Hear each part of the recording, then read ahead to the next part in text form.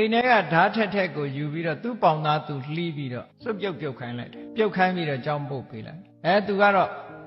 ပေါင်သားကြီးကိုလှီးခံလိုက်ရတော့အဲ့ရတယ်မှလဲသွားပြီပေါ့နော်တာဝတိပြည်မှာသုတ်ပိယဆိုမျိုးသမီးအလွန်ကိုတရားကောင်းဘုရားကျောင်းတော်သွားတရားနာတန်ဃာတွေသတင်းသုံးတဲ့ကျောင်းလေးတွေလှက်ပတ်ကြည့်အဲ့မှာနေမကောင်းထိုင်မသာရှိတဲ့ကိုတော်တွေ့ရင်မေးတယ်ရှင်ဗျာနေမကောင်းဘူးဘာဖုံးမေးခြင်းတော့ဒီလိုတွေမေးကြတယ်မေးတဲ့အခါမှာဟိုကိုတော့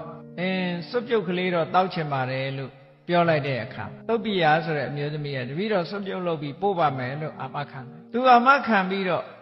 အိမ်ပြန်သွားတဲ့နောက်တစ်ရက်မှာအသားမပေါ်ရတဲ့နေ့ဖြစ်သွားအသားကဘယ်မှဝယ်လို့မရတော့သူတို့လည်းဥပဒေရတရက်တလေအသားမပေါ်ရမတတ်ရလို့အမိန့်ထုတ်ထားတဲ့နေ့ဘာသားမှလည်းဝယ်လို့မရဘူးအိမ်မှာလည်းပဲခုခေတ်လိုအသားဆိုတာရေခဲတစ်တာတို့ဘာလို့ရှိတာမဟုတ်တော့ရေခဲတစ်တာတဲ့သိမ့်ထားလို့လည်းဖြစ်တာမှမဟုတ်ပဲကိုအဲ့တော့ဈေးသွားဝယ်တဲ့အခါအသားမရတော့သူကြံရမရဘူးဒါလည်းအာမခံခဲ့တယ်အဲ့တော့ဒုက္ခပဲမနဲ့တော့သားစွတ်ပြုတ်တော့ပိုးရမှာပဲဆိုပြီးနောက်ဆုံးမှာအိမ်ထဲကဓာတ်ထက်ကိုယူပြီးတော့သူ့ပေါင်သားသူလှီးပြီးတော့စွတ်ပြုတ်ခိုင်းလိုက်တယ်ပြုတ်ခိုင်းပြီးတော့ကြောင်းပုတ်ပေးလိုက်သူကတော့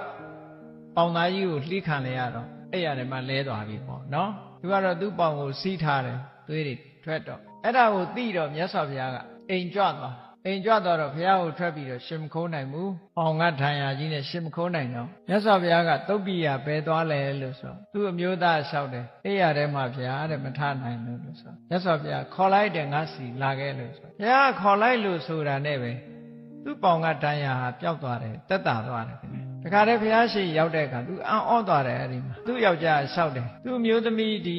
သုတ်ပိယဟာအမတ္တမသရာတရားကောင်းတယ်ဗျာတဲ့သူ့ပေါင်သားသူလှီးပြီးတော့တောင်မှတန်ဃာကိုစွတ်ပြုတ်လုပ်ပြီးတော့ကတ်လှူတယ်တဲ့အမတ္တမ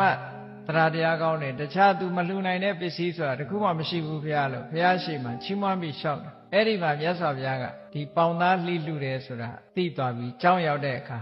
တန်ဃာတွေအားလုံးကိုဒီနေ့ကနေစပြီးအသားဆိုရင်ဘာသားလဲလို့မေးရမယ်လူသားဆိုရင်မစားသင့်ဘူးဥပဒေဖြစ်နေတယ်နော်သိက္ခာပုဒ်တစ်ခုထုတ်လိုက်ဒါနောင်ကြတော့မထုတ်ဘူးဆိုရင်လူသားစားတယ်ဆိုပြီးတော့ပြဿနာတက်လာဒါကြောင့်မို့လို့လူသားဆိုတာမစားကောင်းဘူးမစားသင့်ဘူးဇတ်တူသားဖြစ်တယ်အဲ့ဒီကစပြီးတော့မအပ်တဲ့အသားကြီး10မျိုးလို့ပြောတဲ့ထဲမှာလူသားကနံပါတ်1ပါ